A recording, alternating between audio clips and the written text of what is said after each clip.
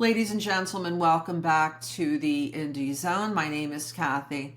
There has been a lot of discussion in the community regarding timeline inequities that don't appear to hold up when one digs into the evidence that's been released. Quite a bit of it is still unfortunately under seal in this case, which was closed in July of 2025. By way of one example, many have expressed concerns that body cam footage from the first responders, from the Idaho State Police in front of 1122 King Road state on the body cam footage that it's 4 p.m.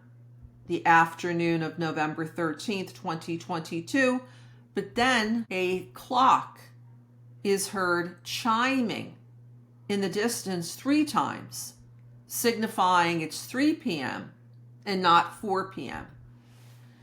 Concerns regarding timelines are nothing new in the case. They date back to the Affidavit of Probable Cause, which was signed under penalty of perjury by Detective Brett Payne, the lead detective from Moscow Police Department, into the investigation of the catastrophic events that happened at 1122 King Road, and that directly led to the warrant for Mr. Kohberger's arrest being issued on December 29th, 2022, the same date that Detective Payne signed that Affidavit of Probable Cause. If we turn to page number 3, we see the first concern regarding timelines, because it states here, while discussing Madison and Kaylee's movements in the hours before the crimes, Detective Payne writes that Gonzalez and Mogan were at a local bar, the Corner Club, and that they can be seen on video footage provided by the Corner Club between 10 p.m. on November 12th and 1:30 a.m. on November 13th. Now, we've seen, ladies and gentlemen, some of this footage that was recently released showing what appears to be Kaylee and Madison at the Corner Club. But look at the next line. Then it says, at approximately 1:30 a.m., Kaylee and Maddie can be seen on video at the local food vendor called the Grub Truck on Main Street in downtown Moscow. Now, how is that possible? How is it possible that an affidavit of probable cause for a crime of this magnitude could have this type of a blaring inconsistency? There is no possible way that Kaylee and Madison, in my opinion, could be at the Corner Club at 1:30 and simultaneously be down the street at the Grub Truck. That's one example. A second example is found at page number 5. It states here, in discussing what Moscow Police Department felt was the timeline of the crimes, the combination of DM's statements to law enforcement, reviews of forensic downloads of records from BF and DM's phone, and video of suspect video, as described below, leads investigators to believe the unalivings occurred between 4 a.m. and 4:25 a.m.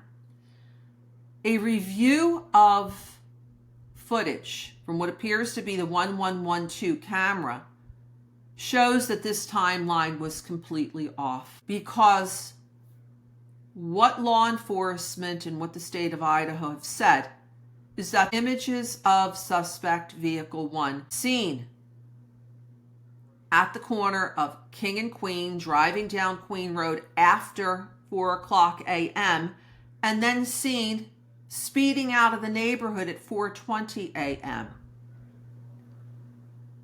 How is it possible that the timeline could be clocked at 4 a.m. when Moscow Police Department was well aware that this video existed? We saw Officer Snyder speaking with the residents of 1112 the early afternoon of November 13th, 2022.